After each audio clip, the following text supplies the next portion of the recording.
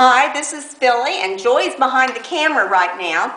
We're getting ready to make the adjustment on the back of my pattern for my high round back. So, I have already added, now I'm a 5/8 type of seamstress, and quick sew patterns only have 1/4 of an inch. But I've added a seam allowance onto the back of my pattern, center back, because if you've got that high round back and you're going to adjust it, you have got to have a back seam. And if you don't want it, well, like Cynthia Guffey says, get over it. You got to have it. Okay, so I've already done that. I've marked where the lowest point on my back, right there. And then I don't want to divide. I don't want to add any more than 1/4 inch at any position on here. So I have divided it into 5 different spaces that I'm going to draw 5 lines. And I've got 6 lines. Okay, well. So I'm going to take my ruler and I'm going to draw the 5 lines.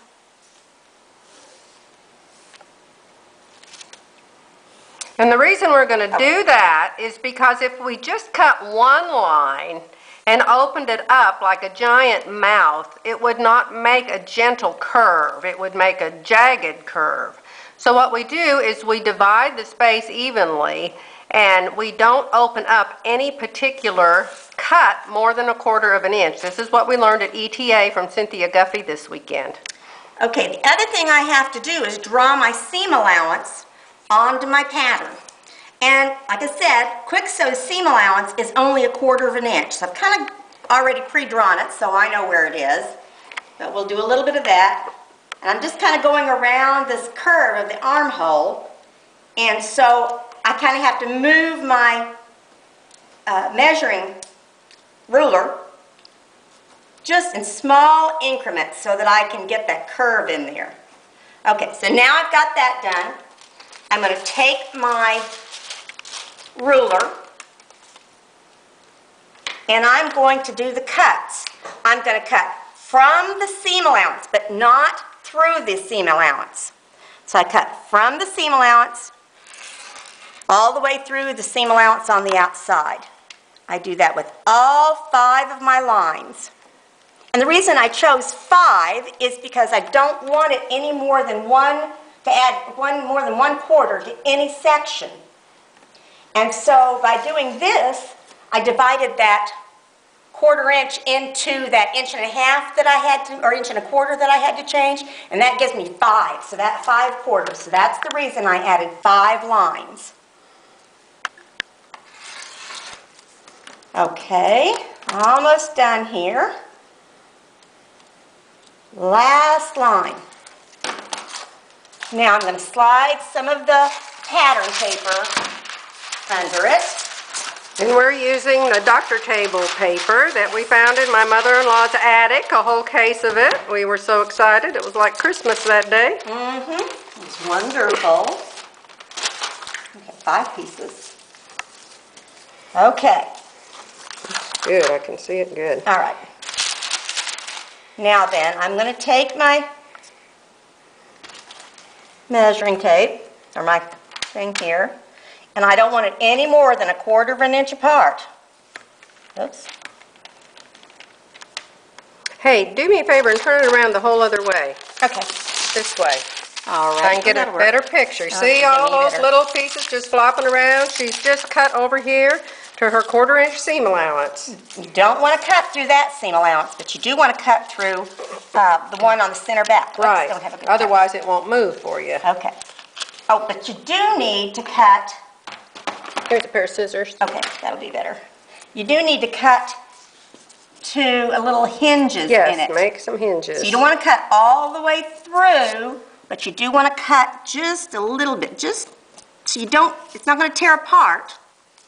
But it's going to have to overlap, and your sleeve is going to get funny looking, but don't worry about it because it'll be fine. Yeah, this area right here, they're going to overlap just a tiny bit.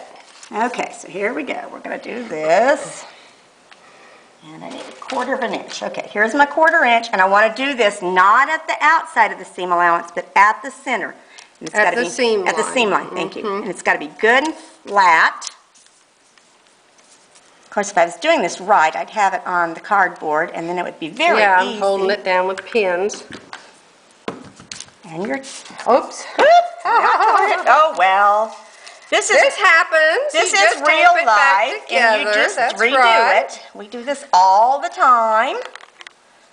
So measure my 1/4 inch again, and I hold it down with my fingers like so, and then lay it down. Okay, now I've got that one. I'm going to tape it down at the other end, and then I'll come back in a few minutes and tape all of that. Okay, this is split, but that's okay. We just put it together. Put this down and move it over to our 1/4 inch, which looks about right. Yes, I think so. And put my tape across it, smooth it out so that we know it's going to be right. It's got to be flat. It's got to be flat when you get done with it. Right. This is flat pattern making. Okay, And we use half-inch wide tape, not 3/4 inch wide. The 3/4 just puts too much tape on it. I mean, if that's all you can find, fine. Yeah. But Cut really, it in half. yeah. I've taped 3/4 to my table before and then just sliced it with a rotary cutter. And Okay. 1/4 inch.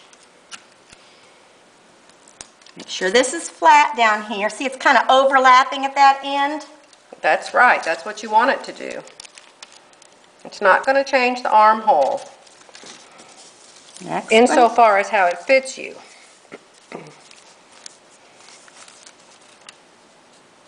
Because what's overlapping, it's not the seam allowance or the Yeah. seam line that's overlapping, it's the seam allowance. So you're still going to have plenty. Oops, we slid. There we go. 1/4 inch. Okay. Sure it's going to lay flat and put that down there. I'm going to kind of tape a little bit more. Flat, flat, flat. Hold you there. There we go. Okay, and the last one, 1/4 inch.